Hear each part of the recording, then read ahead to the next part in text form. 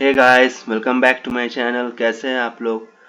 तो यार अभी एनएचबी का एडमिट कार्ड आउट हो गया है और मतलब बहुत ही बड़ा डिलेमा हम सबके सामने आ गया है। मैंने भी, जैसे कि आपको पता ही है कि नाबार्ड का एप्लीकेशन भी डाला है। नाबार्ड का एग्ज़ाम भी 1 सितंबर को शेड्यूल है और एनएचबी का पहले काफ़ी सोर्सेज में बोल रहे थे कि 3 अक्टूबर को होगा, बट अभी एडमिट कार्ड आउट हो गया तो अब तो श्योर ही हो गया 31 को एनएचबी का एग्ज़ाम है।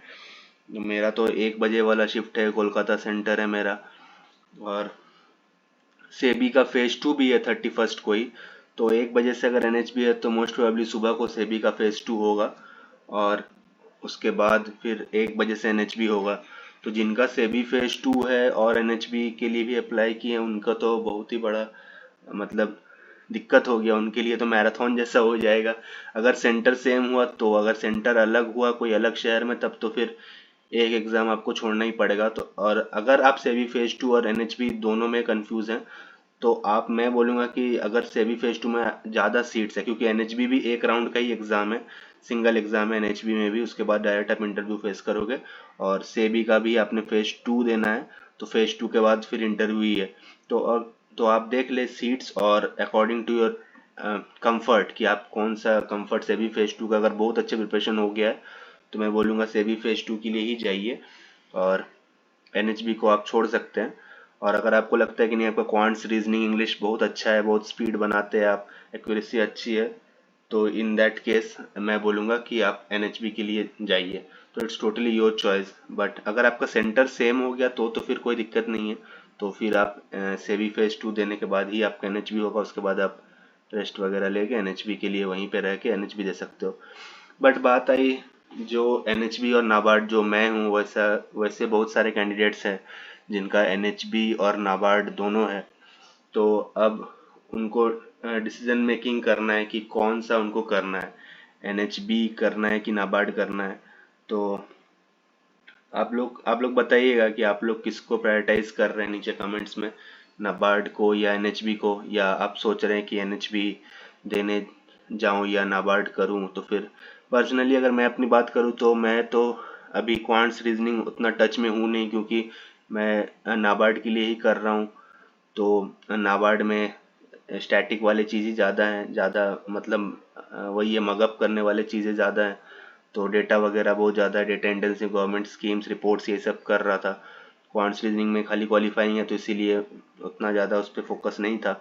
बट अभी अगर एनएचबी की बात करें तो एनएचबी में कट ऑफ काफ़ी हाई जाती है। जैसे इस बार का ही 164 गया था, तो मैंने स्कोर डाला था शॉर्ट्स में, तो मेरे 148.5 या 75 ऐसा कुछ बना था इस बार। तो इसलिए मैंने डाला था कि अगर अक्टूबर में होता तो इसको भी प्रिपेयर करके अच्छे से दे सकता था।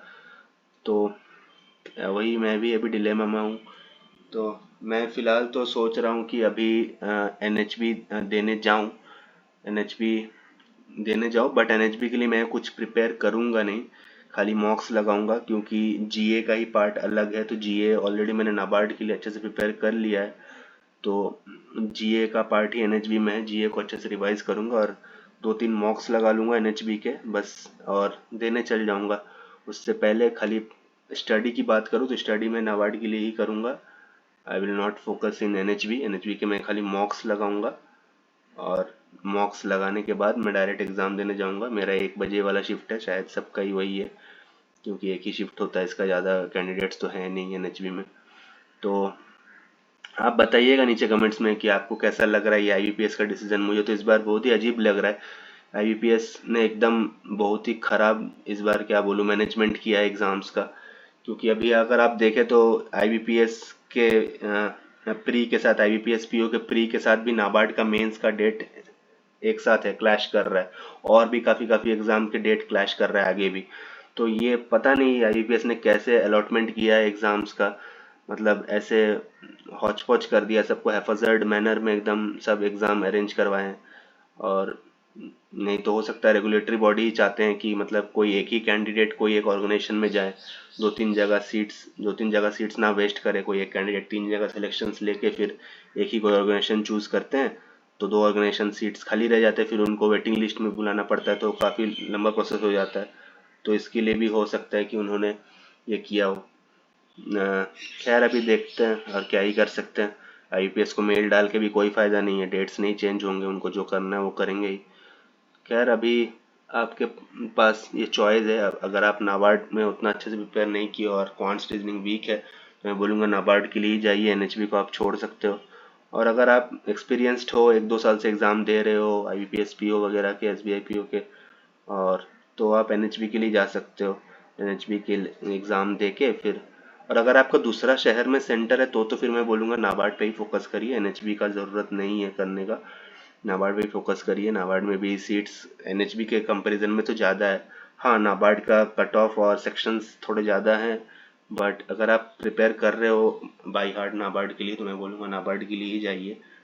और खैर आप नीचे कमेंट में बता सकते हैं कि आपका कैसा प्रिपरेशन चल रहा है और आपका क्या थिंकिंग है इसको लेके, डेट्स वगैरह को लेके जो कोलाइड कर रहे हैं, और क्या आप दोनों एग्ज़ाम देंगे या नाबार्ड देंगे या एनएचपी देंगे, आप अपना पॉइंट ऑफ व्यू नीचे कमेंट में बता सकते हैं। और अगर आपको ये वीडियो अच्छा लगा, मेरा पॉइंट ऑफ व्यू अच्छा लगा, और आप चैनल में नए हो तो आप चैनल को सब्सक्राइब कर सकते हो, वीडियो को लाइक शेयर कर सकते हो, ताकि फ्यूचर में अगर मैं कोई वीडियो बनाऊँ, कोई अपडेट्स दूँ तो आपको मिल पाए। तो ठीक है गाइस, मिलते हैं नेक्स्ट वीडियो में, तब तक के लिए bye bye, all the best, take care and prepare well, bye bye.